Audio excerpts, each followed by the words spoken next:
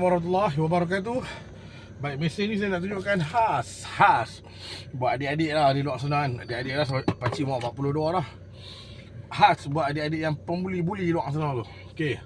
Apa pun background hampa, apa pun hampa punya reason nak buat dengan orang, tak boleh salah.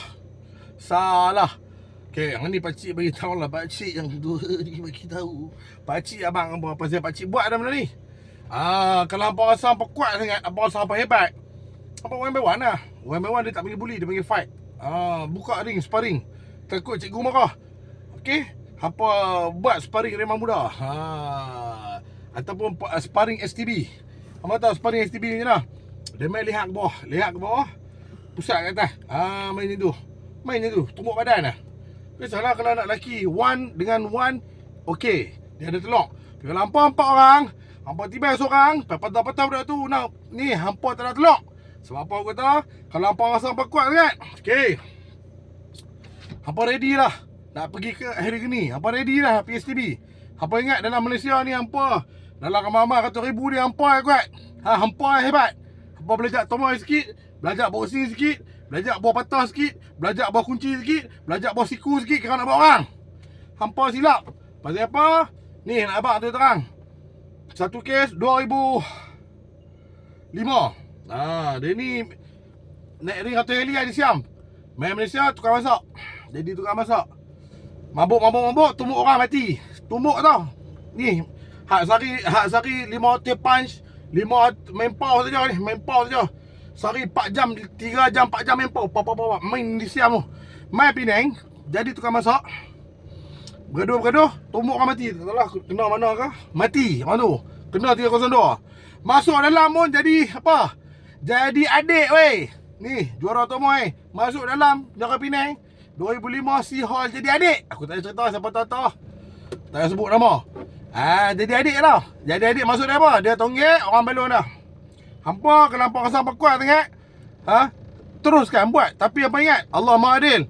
Hampa buat kat orang, masuk dalam, hampa kena tutup, hampa kena balon jubok. Hampa jangan salah Allah. Aku tengok banyak lah.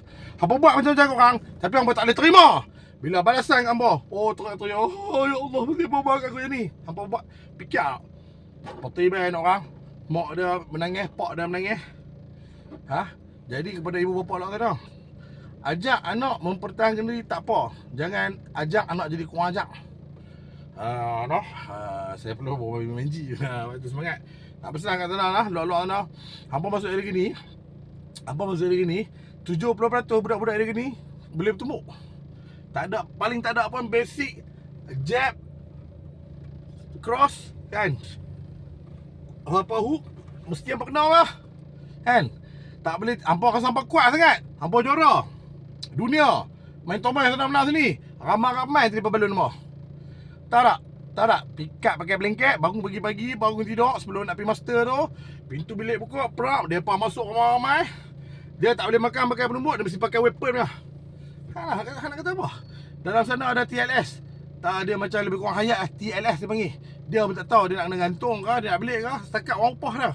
Orang upah dah orang bagi ada ration 2 bulan Maggi, 2 bulan ayam, 2 bulan daging orang bagi dah. Tembakau, dia tikam mah lihat mati ketak gagak. Rasa kuat kan? Hang duduk di tempat luar, hang boleh lari, hang kuat. Hang duduk masuk dalam ring kan. Dalam ring hang tak boleh lari. Dalam penjara pun tak boleh lari. Masuk dalam STB tu.